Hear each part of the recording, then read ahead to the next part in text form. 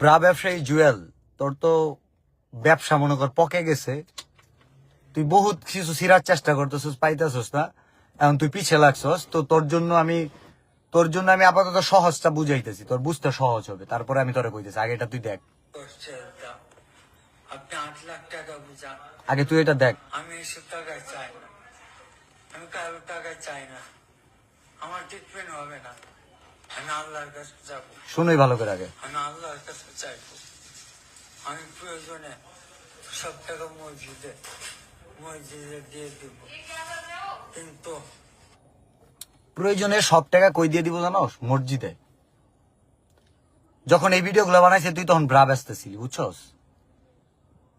তুই এখন ভাবতেছিস যে 600 বিলাল রেকর্ড দিবি, তোর আবার জন্ম নিতে হবো। ব্রেন মেসেজ জুয়েল, তোর তো আমি ব্রেনলেস এমনি এমনি কই না,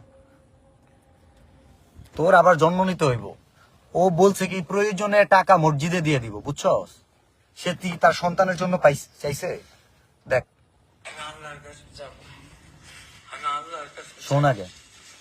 আমি প্রয়োজনে সব টাকা মসজিদে দিয়ে দিব, কিন্তু ওই প্রয়োজনে আল্লাহর কাছে যাবে, ওই প্রয়োজনে সব টাকা মসজিদে দিয়ে দিব। ও আল্লাহর কাছে গেছে এবং যতগুলো টাকা আছে প্রত্যেকটা টাকাই মসজিদে যাবে।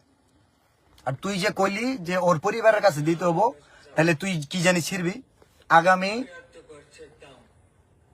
24 ঘন্টার মধ্যে না, আগামী 6 ঘন্টার মধ্যে যে টাকাগুলো আছে প্রত্যেকটাই মসজিদে যাবে। আর তুই একা একা কি দেখা নিবি আর অনলাইনে চুর কইতাছস মানুষের।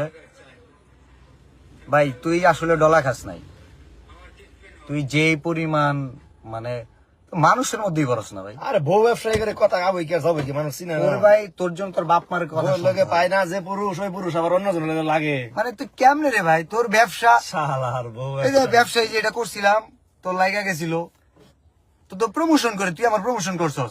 দেন আমি প্রায় 20 লাখ টাকার মতো বেচছিলাম মনে হয়। তো তোর তুই ব্রা বেচস, তুই কন্ডমের ভিডিও দেখলাম। আমি এটা কথা কই, খারাপ ওগুলা বেচই, প্রমোশন তো কইরাই দিলাম। খারাপ আমি তো রাস্তাঘাটে বেরোছেন, দাঁড়া আমি কথা বলবো।